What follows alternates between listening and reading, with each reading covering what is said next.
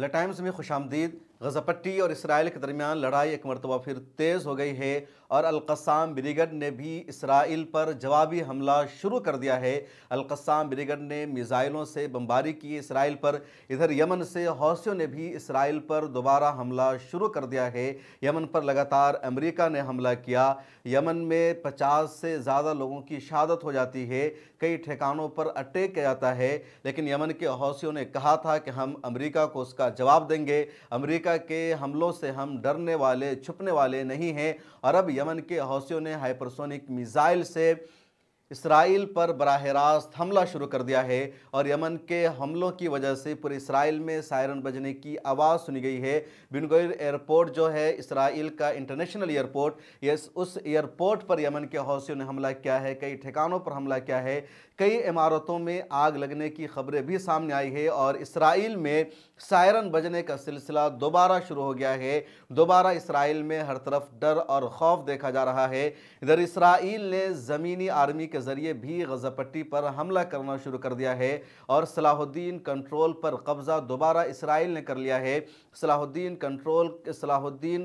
Highway का control Israel ने हासिल कर लिया है। 18 मार्च की सुबह सुबह इसराइल ने गज़ा पट्टी पर सीज़ फायर माहिदा की खिलाफ वर्जी करते हुए हमला शुरू कर दिया और एक साथ 32 ठिकानों पर हमला किया था। उसके बाद इसराइल का हमला जारी रहा। इसराइल की जो आर्मी गज़ा पट्टी में मौजूद थी उसने भी 2 दिन बाद अब इसराइल में हमला करना शुरू कर दिया है, ऑपरेशन को अंजाम देना शुरू कर दिया है और सलाहुद्दीन कॉरिडोर पर इन लोगों ने कब्ज़ा कर लिया है, इसका कंट्रोल हासिल कर लिया है, फ़लस्तीनियों की नक़्ल हरकत को बंद कर दिया है। इसके अलावा शिमाल, जुनूब और कई इलाकों में जो फ़लस्तीनी रहते हैं गज़ा पट्टी में, उनके रास्तों को भी बंद कर दिया गया है। उनको इधर से उधर शिफ्ट करने पर मजबूर किया जा रहा है। लेकिन इसी के साथ अल-क़स्साम ब्रिगेड ने भी एक जवाब देना शुरू कर दिया और कहा कि इसराइल के इन हमलों की वजह से हम झुकने वाले नहीं हैं, दबने वाले नहीं हैं, बल्कि जवाब दिया जाएगा। अल-क़स्साम ब्रिगेड के तर्जमान अबू उबैदा का एक बयान सामने आया है टेलीग्राम चैनल पर। मिला टाइम्स को चलाने के लिए, इसको कंटिन्यू रखने के लिए हमें आपके ताउन की अशद ज़रूरत है। पिछले रमज़ान में आपने हमारा साथ दिया था। इस साल भी हम आपसे दरख्वास्त करते हैं कि रमज़ान में मिल्लत टाइम्स को सपोर्ट करें ताकि हम अपना काम मज़ीद बेहतर तरीक़े से जारी रख सकें। अकाउंट की तफसील आपके स्क्रीन पर मौजूद है। गूगल पे, फ़ोन पे और पेटीएम नंबर भी मौजूद है। इसके ज़रिए आप हमारी मदद कर सकते हैं। जिसमें उन्होंने कहा कि अल-क़स्साम ब्रिगेड ने इसराइली हमलों का जवाब दिया है। हमने मिसाइल से हमला किया है, बम से हमला किया है तिल अबीब पर और पूरे तिल अबीब में सायरन बजने की आवाज़ सुनाई दे रही है। इसके अलावा अबू उबैदा ने एक बयान जारी करके यमन के हौसियों की तारीफ़ की है, उनका शुक्रिया अदा किया और कहा इस मुसीबत के वक्त में जब इसराइल ने हम पर हमला शुरू कर दिया है, पहले भी यमन के हौसियों ने हमारा साथ दिया था, इसराइल पर हमला किया था और एक मरतबा फिर जब इसराइल ने मक्कारी की है, धोखाधड़ी से काम लिया है, फरेब से काम लिया है, पूरी दुनिया की आंखों में उसने धूल झोंकने का काम किया है, तो यमन हमारे साथ खड़ा हो गया है और इसने इसराइल पर हमला शुरू कर दिया है। इसके लिए हम अपने यमनी भाइयों का शुक्रिया अदा करते हैं। इधर इसराइल का हमला गज़ा पट्टी पर तेज़ होता जा रहा है। सिर्फ पहले दिन के हमला में 356 फ़लस्तीनियों की शहादत हो जाती है। दूसरे दिन के हमला में 70 से ज़्यादा लोगों की शहादत हो जाती है। सिलसिला और बढ़ जाता है और ताज़ा तरीन रिपोर्ट के मुताबिक सिर्फ 3 दिनों के हमला में 450 से ज़्यादा फ़लस्तीनियों की शहादत हो गई है। इसके अलावा 200 से ज़्यादा ज़ख्मी हो गए हैं और टोटल तादाद जो है, यानी 7 अक्टूबर के बाद 8 अक्टूबर को जब इसराइल ने गज़ा पट्टी पर हमला शुरू कर दिया तो उस वक्त से लेकर के अब तक 49,526 आम फ़लस्तीनियों की शहादत हो चुकी है। 1,12,000 से ज़्यादा ज़ख्मी हैं और शहीद होने वालों की ये तादाद अब बढ़ती जा रही है। सीज़ फायर हुई थी और तकरीबन 2 महीने तक जंगबंदी का मरहला जारी रहा। जंगबंदी का फ़ैसला 15 जनवरी को हुआ था। 18 जनवरी से इस पर अमल शुरू हो गया था। जंगबंदी के माहिदा में बात शामिल थी कि 3 मरहले में जंगबंदी होगी। पहला मरहला 42 दिनों का, फिर 16 दिनों का, फिर तीसरे मरहले का आगाज़ हो जाना था। लेकिन पहला मरहला मुकम्मल हो जाने के बाद इसराइल ने जंगबंदी से फ़िरार का रास्ता इख्तियार किया। उसने फ़रेब से काम लिया और आगे यानी जंगबंदी का दूसरा मरहला शुरू करने से इसराइल ने इनकार कर दिया और कुछ दिनों तक उसने लगातार दबाव बनाया आर्जी जंगबंदी का, टेम्पररी सीज़ फायर का, जिसका हमास ने इनकार किया और कहा जब माहिदा हो चुका था, सीज़ फायर पर तमाम लोग दस्तखत कर चुके थे, फिर इसराइल इससे इनकार क्यों कर रहा है? क्यों उस माहदे पर अमल नहीं कर रहा है। आलमी ताकतों की जिम्मेदारी बनती है कि वो इसराइल पर नकील कसे और उसको मजबूर करे कि माहदा पर अमल करे। और अब इसराइल ने दोबारा गज़ा पट्टी पर हमला शुरू कर दिया है और 2 दिन तक अल-क़स्साम ब्रिगेड ने इसराइल को जवाब नहीं दिया था, लेकिन अब अल-क़स्साम ब्रिगेड की तरफ से खबर सामने आ रही है कि इनकी तरफ से भी इसराइल पर जवाबी कार्रवाई शुरू हो गई है, इसराइल पर हमला शुरू हो गया है।